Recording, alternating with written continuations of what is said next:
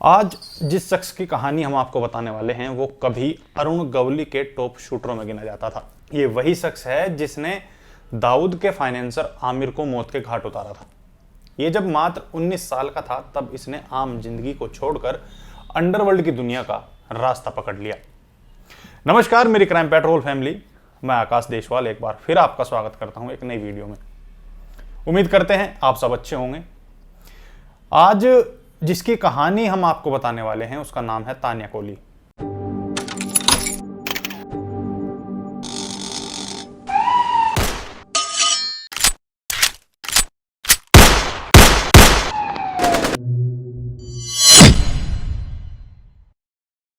तान्या के बारे में बताने से पहले आप सभी से रिक्वेस्ट है कि आप हमारे चैनल को सब्सक्राइब जरूर कर लें, साथ ही वीडियो को लाइक और शेयर करना बिल्कुल ना भूलें, क्योंकि आपका सपोर्ट हमें और बेहतर बनने में मदद करता है। चलिए वीडियो की शुरुआत करते हैं तान्या के जन्म से।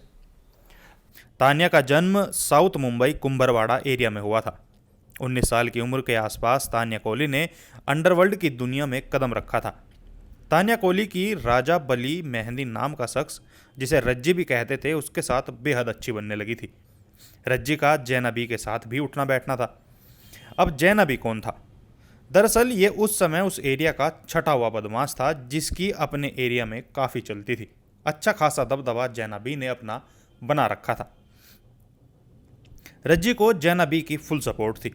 वहीं तान्या कोली की बात करें तो वो रज्जी के साथ रहा करता था और रज्जी भी तान्या को हर छोटी मोटी घटना में अपने साथ रखता था।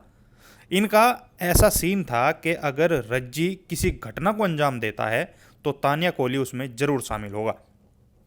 अब 90 के दशक में तान्या कोली की अरुण गवली के साथ भी अच्छी बनने लगती है। उसका रज्जी के साथ साथ गवली के साथ भी उठना बैठना हो गया था।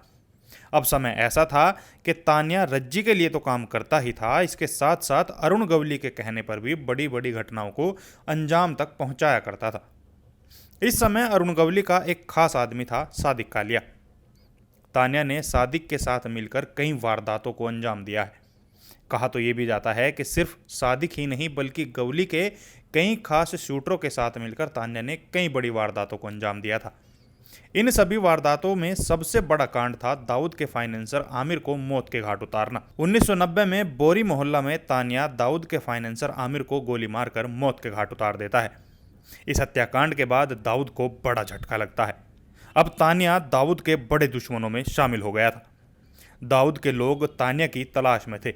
ये बात तान्या तक भी पहुंचती है तो वो तुरंत उस एरिया को छोड़कर कॉलेज दगड़ी चौल में आकर रहने लगता है।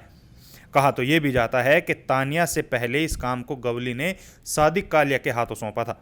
सादिक आमिर को मारने गया भी था, लेकिन उस समय दाऊद के फाइनेंसर के इर्द गिर्द 10 से 12 लोग खड़े थे, तो सादिक इस काम को करने में कामयाब नहीं होता। इसे लेकर सादिक और गवली की काफ़ी तू तू मैं भी हुई। अब गवली और सादिक के बीच हुई इस बहस का रिजल्ट ये निकला कि सादिक ने गवली गैंग से अलग होने का मन बना लिया। दाऊद के फाइनेंसर को मारने के बाद और सादिक का अरुण गवली की गैंग को छोड़ने के बाद तान्या अरुण गवली का खासम खास शूटर बन चुका था, यानी सादिक की जगह अब तान्या ले चुका था। समय बीतता गया और जैसा हर गैंगस्टरों के बीच होता है, पैसों को लेकर आपसी मतभेद। अब गवली का रज्जी नाम के शख्स के साथ पैसों के लेन देन को लेकर झगड़ा हो जाता है। गवली जब इस झगड़े से परेशान हो गया तो उसने रज्जी को ठिकाने लगाने का प्रोग्राम बनाया। गवली ने तान्या और दूसरे शूटरों को रज्जी को मारने का आदेश दिया। ये 1991 की बात है। जब रज्जी अपनी गाड़ी से निकलता है तो तान्या और दूसरे शूटरों ने 2 गाड़ियों में रज्जी का पीछा करना शुरू कर दिया।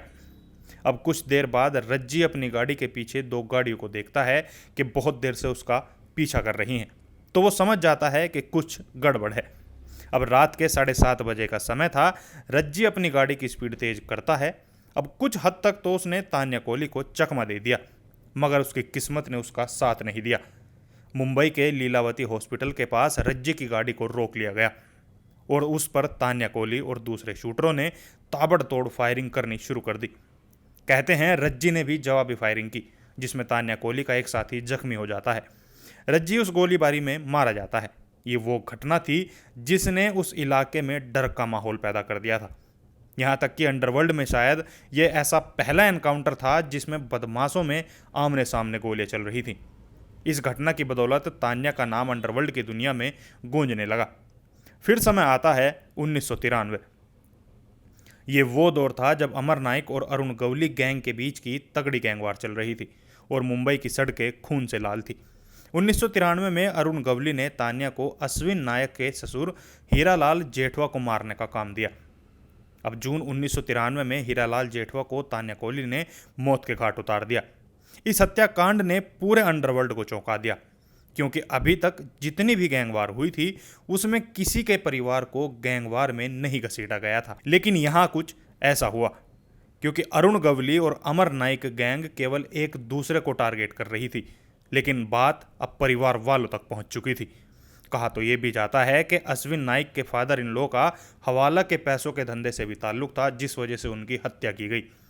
अब अश्विन नाइक को उसके ससुर की हत्या ने हिला डाला था। अब नाइक गैंग तान्या को ढूंढने में लगी थी, लेकिन तान्या कोहली अंडरग्राउंड हो चुका था। जल्दी ही तान्या कोहली को पुलिस द्वारा उस केस में अरेस्ट भी कर लिया जाता है। गैंग्स की दुश्मनी के चलते और तान्या के वकीलों की अर्जी को देखकर सेशन कोर्ट ने तान्या को अमरावती जेल में डालने का आदेश दिया। सुनवाई के दौरान तान्या को पुलिस कर्मियों के साथ अमरावती जेल से मुंबई लाया जाता था। उसको ट्रेन में लाया जाता और कोर्ट सुनवाई के बाद वापस पुलिस सुरक्षा में अमरावती जेल पहुंचाया जाता था। अश्विन नाइक को तान्या कोहली से बदला लेना था। अब बहुत समय से अश्विन इसके लिए खास प्लान भी तैयार कर रहा था। प्लान था कि तान्या कोहली को कोर्ट परिसर में ही मारा जाए, लेकिन इससे पहले ही अमीरजादा और अंडरवर्ल्ड से जुड़े कई व्यक्तियों को कोर्ट में जज के सामने मारा जा चुका था।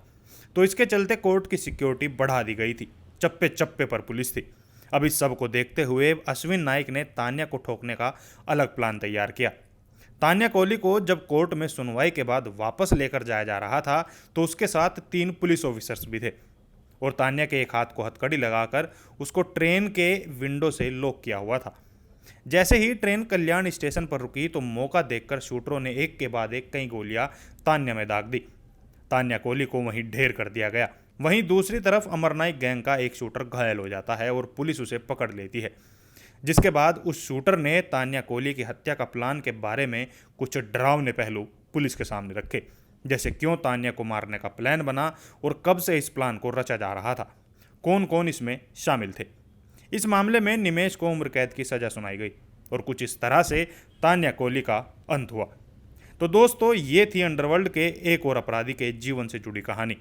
उम्मीद करते हैं आपको ये स्टोरी पसंद आई होगी। आज के लिए इतना ही, और विदा लेने से पहले आपको एक बार फिर याद दिलाना चाहेंगे कि हमारे चैनल को सब्सक्राइब करना और वीडियो को लाइक करना, साथ ही शेयर करना बिल्कुल ना भूलें। अब हमें दीजिए इजाज़त। नमस्कार।